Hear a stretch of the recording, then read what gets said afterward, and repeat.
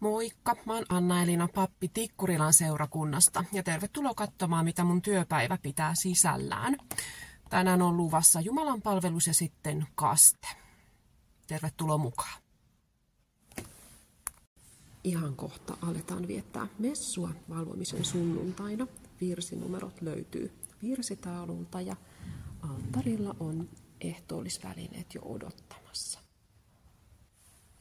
Nyt ollaan Tikkurilan kirkolla, jossa just äsken päättyi se tämän päivän kaste. Aivan ihana pieni vauva oli siinä päivän sankarina ja hän sai lahjaksi kastetossut, kastekynttilän tietysti. Ja kohta sitten juodaankin kahvia, niin lähden sinne. Kahvihammasta jo kolottelee.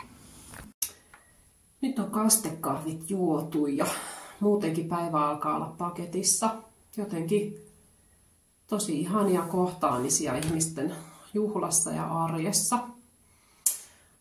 Tein paperityöt äsken loppuun ja katoin sähköpostit ja on aika varmaan siirtyä munkin vapaapäiville, kun tää sunnuntaihan on vähän niin kuin pappien perjantai.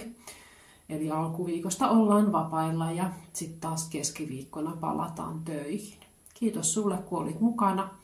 Kaikkea hyvää ja siunausta alkavaan viikkoon.